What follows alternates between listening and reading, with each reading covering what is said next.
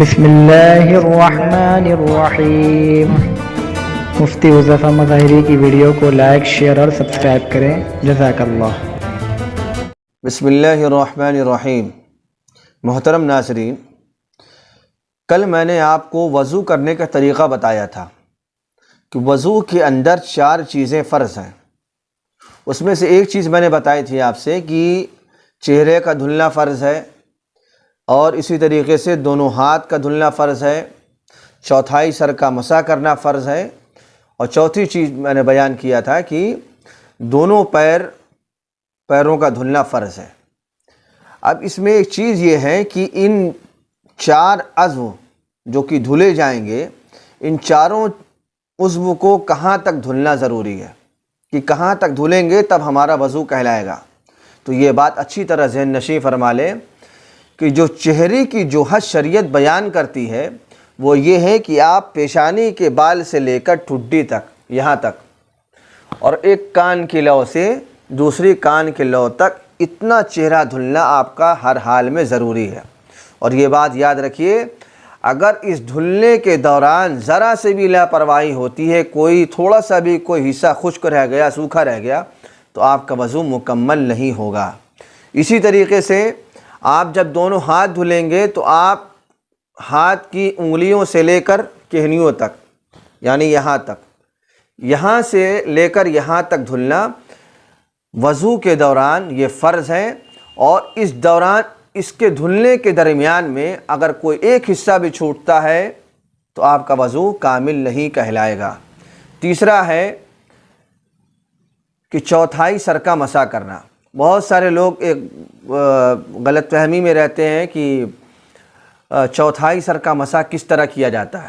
تو دیکھیے، مسنون طریقہ یہ ہے کہ آپ ہاتھ کی 3 چھوٹی انگلیوں کو اس طرح ملا لیں۔ اس طرح ملانے کے بعد آپ اپنے ہاتھ کو اس طرح لے جائیں گے، اس طرح لے جانے کے بعد اس طرح یہاں تک لے آئیں گے، ٹھیک۔ اس کے بعد آپ کی یہ 2 انگلیاں بچی ہوئی ہیں، یہ 2 انگلیاں آپ کی بچی ہوئی ہیں، اور ان دونوں انگلیوں کو کان کے اندر اس طرح مسح کر لیں گے، اور یہ 4 انگلیوں کا استعمال ہو گیا۔ اس کے بعد آپ کی یہ 2 انگوٹھے بچے ہوئے ہیں، ان 2 انگوٹھوں کا آپ کان کے اوپر سے اس طرح مسح کریں گے، اس طرح۔ اب ایک چیز اور رہ جاتی ہے اس میں کہ آپ کا یہ پیشانی، یہ آپ کی جو ہتھیلی ہے ہاتھ کی، یہ حصہ جو ابھی تک آپ کے پانی سے تر ہے، تو جب آپ اس عمل کو کریں گے، یعنی دیکھیے پھر سے دیکھ لیجئے کہ آپ اس طرح ہاتھ کو اس طرح لے جائیں گے، اس طرح لے آنے کے بعد تو 3 انگلیوں کا استعمال ایسے ہوا، اور اس کے بعد آپ کے یہ دونوں ہتھیلی ہیں، آپ اس ہتھیلی کو ایسے لے آئیں گے، یہ حصہ جو ابھی تک سوکھا ہے آپ کا، آپ ان 3 حصے کو ایسے کیے ہیں، 3 انگلیوں کا استعمال، ابھی آپ کا یہ حصہ باقی ہے، تو آپ پیچھے لے جانے کے بعد پھر آپ یہ دونوں اس طرح لے آئیں گے یہاں تک۔ اس کے بعد یہ دونوں انگلی کان میں، اور پھر یہ دونوں انگوٹھے کان کے اوپر اس طرح کر کے، اس طرح آپ کا چوتھائی سر کا مسح ہوگا۔ ایک چوتھی چیز اس میں یہ ہے کہ دونوں پاؤں کا دھلنا ہے، تو دونوں پاؤں کی جو حد ہے شریعت بیان کرتی ہے وہ حد ٹخنے تک، یعنی جو پیر کے اوپری حصے میں تھوڑی سی ہڈی ابھری ہوئی ہوتی ہے، وہاں تک آپ کو دونوں پیر کا دھلنا فرض ہے۔ اور ان 4 چیزوں کا دھلنا یاد رکھیے گا واجب نہیں ہے، نہ مسنون ہے، بلکہ ہے فرض۔